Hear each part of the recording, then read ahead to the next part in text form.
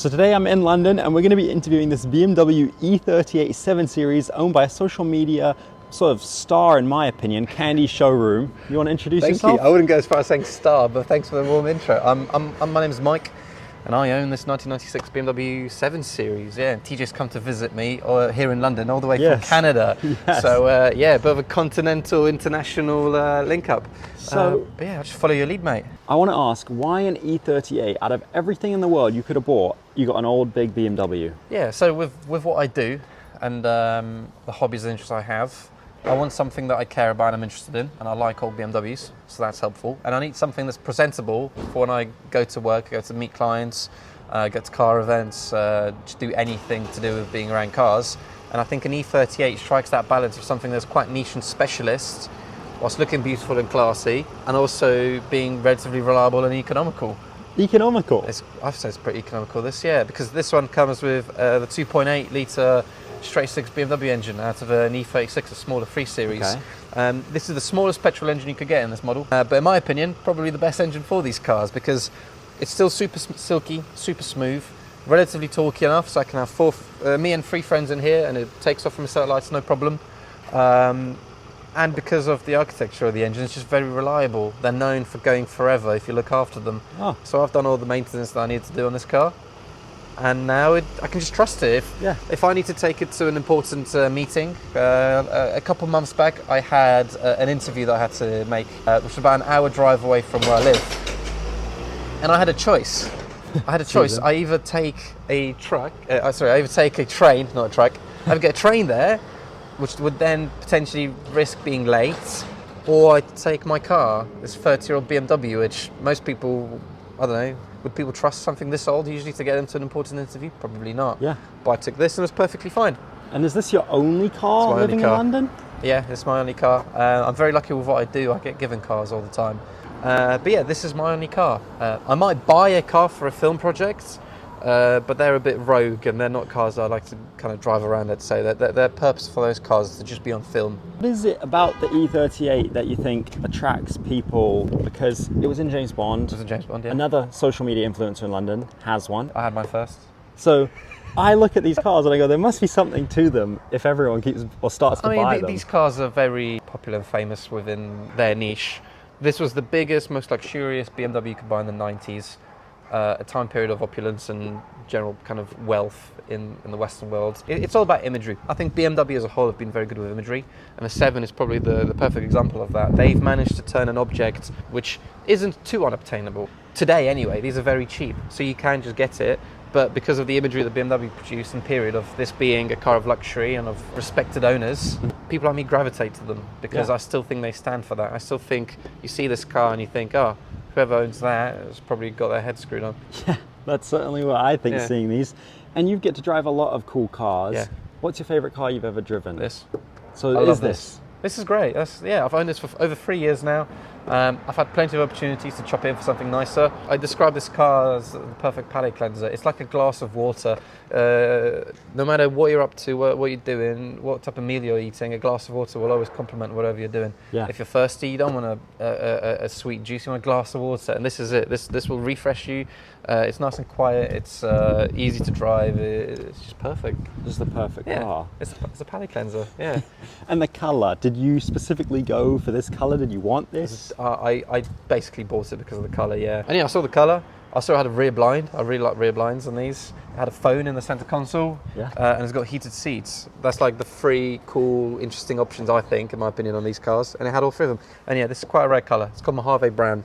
Not many were made in this colour. Yeah, and the wheels on it, were these factory wheels? No, you put them I bought these off them separately, but they did come on this model, so they are kind of period correct, model correct. What does it cost to buy one of these in 2025? A good one of these, maybe £5,500 But yeah, it's getting to that age now, these cars, where the price is very spec and condition dependent. It's really hard to put a blanket price on these. And obviously there's a lot of different engines that these came with. If you want the big, fattest V12, you're looking at 12 to 15,000 British pounds, yeah. Wow. And what should someone budget to run one of these per year for, like, maintenance costs? Is there anything you should look out for? Yeah, you should budget loads. It is a 30-year-old car. Things will break. It's not dramatic things that will leave you stranded on the side of the road, hopefully. But since I bought this in the 3 years, admittedly my case is a bit unique because I bought this car knowing it needed a lot of work. So I got this car quite cheap and I had to put a lot of money into it to make it good. I've replaced basically everything underneath this car. Everything from the bushes to the arms to wheel bearings.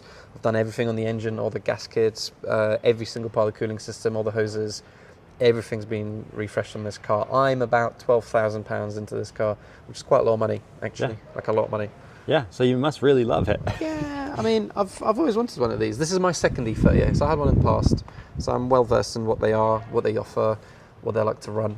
And is this a car you grew up dreaming of owning, or just... not really, to be honest. I don't think I had a dream car. I've always liked BMWs. My dream car was an E36 M3, but insurance on those is really expensive, and those cars are really expensive. I can never afford one. But this is very obtainable, in my opinion. And now, is that still your dream car, the E36 M3? No. What's your current dream car? I wouldn't really say I have one, to be honest. It's quite a boring answer, because I can find joy in basically every car. You could give me a little old Volkswagen Polo and I'll be pretty happy knocking about in that. This is great though. I do really, really like this. Yeah. Maybe if I come across some more money and I can buy myself something to join this, yeah. I'd really like a 996 Turbo. Oh.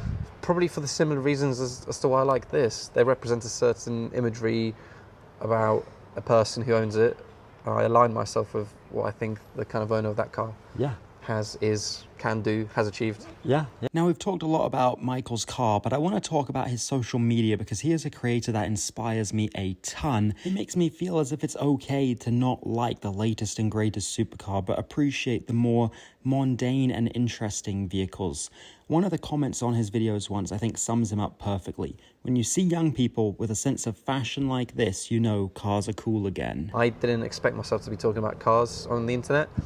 It turns out people enjoy it, and I really like doing it, so it works out for me. And don't be scared for it to take 10 years. A lot of people want instant success. Things you care about take time. Creating a film, or friendships, or a relationship, or anything, even making a meal. Yeah. You can make a good meal in 10 minutes, but if you put an hour into it, it probably tastes a lot better.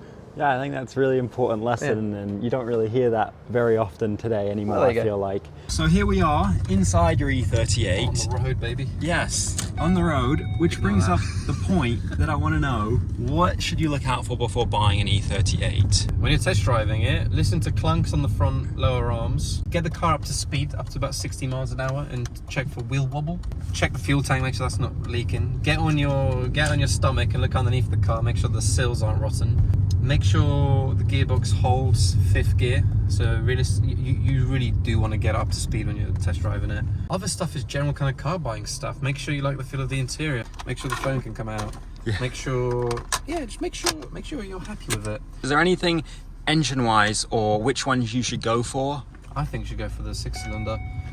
Ignore that boinging. Yeah. Oh, that's another thing to be aware of. This is a 30-year-old car. It might boing. So another thing that's very common, which my car currently has, the wheel speed sensors tend to go. When one wheel speed sensor goes, your speedo will stop working. Oh. When your speedo stops working, your fuel gauge, it doesn't accurately calculate, so it becomes a live fuel gauge. So if you go around corners, you'll see it go left to right, which usually doesn't happen if you have a speedo, because the computer can calculate exactly how much fuel you got. Also, the roof liner always sags in these. As I get, that's another thing to think about. Okay. Yeah. But I reckon you'd love it if you test drive one of these. These are mega.